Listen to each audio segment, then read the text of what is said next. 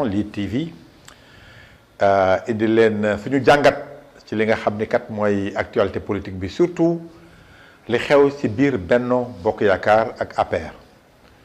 moment bii ñuy wax ak yéen mën nañ leen firndeel ni kat Amadou Ba nekkatul candidat wu Benno Bokk Yaakaar en tout cas nekkatul candidat wu Macky Sall ci élection présidentielle bi bu fekkee dina am ci 24 février bi parce que gis ngeen jàngat bi ñu am ci lii quotidien tey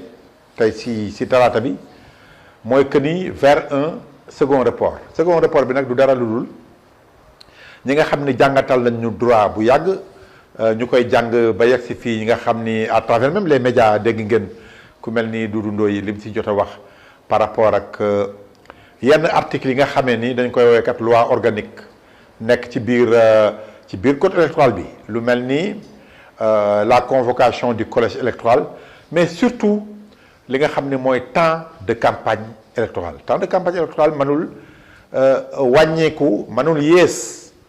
ñaar fukki fan ak benn loolu dañ ko bind mu leer mu nekk LO nag bu ñu ko waxee mooy loi organique pour dindi ko daanaka assemblée rek nga ko mën a dindee si suñu gis-gis kon bu fekkee nag foofu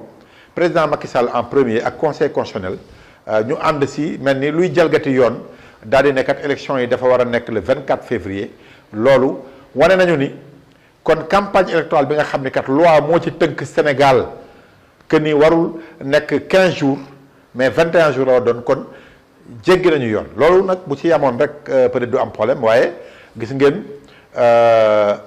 certains candidats yi nga xam ne dem nañu en tout cas certains acteurs de la vie politique dem nañu déposer recours au niveau de la Cour suprême ba nga xamee ni kat pour ñu teggi loolu parce que élection mënul am ci condition yooyu donc loolu moo tax ñu am firnde ni kat élection yi du am 24 février bi mais beneen mbir mi mooy Amadou Ba fi mu nekk nii Macky Sall teggi na ko amatul confiance su Macky Sall pour nekk candidat wu Benno Bokk Yaakaar ba nga xam ni au moment où on parle étapes yi mu waroon dem yépp dindi na leen gis ngeen ko commencé woon na dem campagne waaye Amadou Ba amul l'appareil de Benno l'appareil de l'APR bi nga xam ni accompagné ko ba ay moyens boppam da doon dem ti ba tey rek ñu yëg ni étape bi nga xam ni moo ci toppoon bu Louga bi moom si boppam Amadou Ba éliminé na ko parce que tout simplement léegi c'est évident que Macky Sall tànnatul Amadou Ba pour mu nekk Benno Bokk Yaakaar bu fekkee élection yi day am ni est-ce que Amadou Ba day continuer nekk candidat loolu ñun dégguñu mu wax si beneen mbir bi mooy que ni d'après information yi ñu am ba léegi Macky Sall mi ngi orienté ñenn ñi waa APR yi si Boun Abdallah Dionne waaw mi ngi leen di orienté si loolu même bu fekkee ñu bëri am nañ jiixi jaaxa que ni est-ce que APR finalement bu demee si conditions yi demee moom waa APR moom nañu gëm ni waa Benno Bokk Yaakaar moom mën nañoo gagner élection yi waaw parce que dem ba nga xam ni élection des na coow yi demee nii gis ngeen audio yi nga xam ni kat moom la ñu attribué Amadou Ba génn mel ni looy wax ni président Macky Sall dem na ba sës te fi mu nekk nii amatul solution moo tax ñu bëri doon wax ni sax Amadou Ba s'est imposé au président Macky Sall waaye Macky Sall tànn ko ci coobareem waaye ñàkk pexe moo taxoon mu tànn ko donc yooyu yëpp boole ba nga xam ni léegi président Macky Sall niru leen daal Amadou Ba nekkatul candidat am donc benn mooy wax na ñëpp kenn toppatul Amadou Ba ci ñi nga xam ne à part lañ dem ba gis ngeen mercredi bële passé li nga xam ni président Macky Sall jël na ko ci ay mesures ba ministre yi nga xam ne ni ñoo doon ànd ak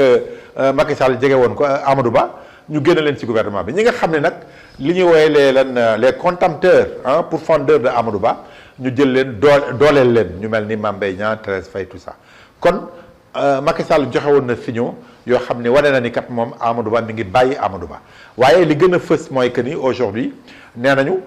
conseil des ministres bi ñuy xaar àllarba bi suba àllarba bi que am na ay DG ay directeurs généraux yoo xam ne nañ ci topp ñoo xam ni ils sont jugés proches de Amadou Ba nañ leen génne ci seen direction dañ leen dàq donc mën nañoo comprendre daal fi mu nekk nii ñu ngi ci épuration Amadou Ba ak képp ko ànd ak moom ci biir appareil d'État après que du point de vue politique moom sax génn nañ ko nekkatul premier ministre mais du point de vue politique nekkatul le candidat de Benno Bokk Yaakaar benn mbir bi nag muy laaj mooy que ni Macky Sall bu toppee logique am kon xanaa kon dina génne gorom Mansour Faye kon xanaa kon dina génne Gallo Ba bi nga xam ne ministre moo teeru Amadou Ba Mbacké kon xanaa kon dina génne ñoom Pape Malick Ndour nga xam ne wane nañ seen féete kon xanaa dina génne ñeneen ak ñeneen ñi nga xam ni kat ba loolu kat moom ñi nga xaar est-ce que foofu lay mujjee mais ñi ngi tudd daal ay directeurs généraux yoo xam ni ba LONASE ñu ngi koy tudd même Zahra Iyane Thiam ASEPEX ñu ngi koy tudd yooyu yëpp ñu ngi tudd ay nit yoo xam ni kat ñu ngi dans le viseur du président Macky Sall te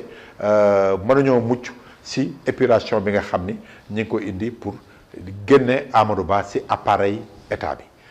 li indi problème bi nag gis ngeen audio yu attribué mais giseen ngeen ni depuis que ñu tànn Amadou Ba digganteem ak président Macky Sall dematul na mu waroon a demee waaw loolu moom ñu bëri seetlu nañ ko te clash bi daanaka c'était presque pour certains